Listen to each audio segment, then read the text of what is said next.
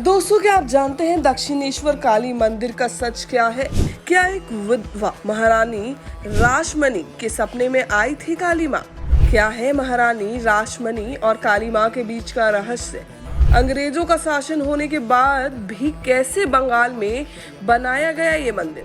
माँ की किस दिव्य शक्ति को देखकर बड़े बड़े लोग हक्के बक्के रह जाते हैं? इन सारे सवालों का जवाब आपको हम देंगे। बने रहिए इस वीडियो के अंत तक। इस मंदिर से जुड़े रहस्य के बारे में आप जानेंगे तो दंग रह जाएंगे और दांतों तले उंगलियां दबाने को मजबूर हो जाएंगे। 1847 में ये बात तब की है जब देश में अंग्रेजों का शासन था। उस वक्त बंगाल की महारानी हुआ करती थी रासमणी। रासमणी देखने में खूबसूरत, विद्वान और वैभवशाली थी, पर यह भी सच है कि महारानी एक विधवा भी थी। इस वक्त महारानी का नाम अमीरों की गिनती में शुमार था। अमीर होने के मामले में रानी अच्छे राजा को मात देती थी। उनकी जिंदगी में सब कुछ था, लेकिन पति का सुख नहीं था। रानी रासमणी जब उम्र के चौथे पहर में आ गई, तब उनके मन में ख्याल आया कि वो सभी तीर्थ स्थल का दर्शन करें। रानी रासमणी देवी माता की बहुत बड़ी उपासक थी।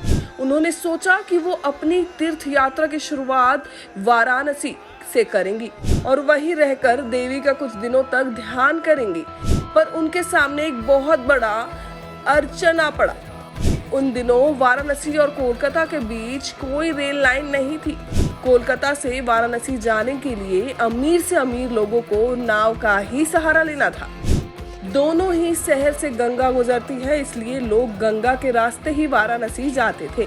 तब रानी रासमणी ने फैसला लिया कि वो नाव का सहारा लेकर माता के दर्शन करने जाएगी। उनका काफिला वाराणसी जाने के लिए तैयार हुआ, लेकिन जाने के ठीक एक रात पहले रानी के साथ एक अजीब किस्सा हुआ। रानी जब सोने गई तो वो मन में देवी का ध्यान कर सोई थी, जिसके बाद रानी को एक सपने में आया। सपने में देवी काली प्रकट हुई और उनसे कहा, वाराणसी जाने की कोई जरूरत नहीं, आप गंगा के किनारे मेरी प्रतिमा को स्थापित करिए, एक खूबसूरत मंदिर बनाइए। मैं उस मंदिर की प्रतिमा में खुद प्रकट होकर श्रद्धालुओं की पूजा को स्वीकार करूंगी। ये सपना देखने के बाद रानी की आंख खुली। रानी के चेहरे पर एक अलग सा विश्वास दिख रहा था।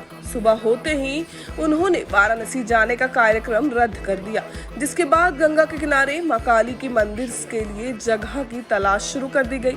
कहते हैं कि जब रानी एक घाट पर गंगा के किनारे जगह तलाश करते करते आई, तो उनके अंदर एक आवाज आई कि हाँ, इसी जगह पर मंदिर का निर्माण होना चाहिए। जिसके बाद इस जगह को खरीद लिया गया और मंदिर निर्माण का काम तेजी से शुरू हुआ। ये बात 1847 की है और मंदिर का काम पूरा हुआ 1855, यानी कुल 8 सालों में ये मंदिर बनकर तैयार हुआ। आज भी लोग इस मंदिर में पूजा करने के लिए जाते हैं और ऐसा मानना है कि इस मंदिर में श्रद्धालु जब पूजा करते हैं तो माँ इनकी पूजा को जरूर स्वीकार करती है।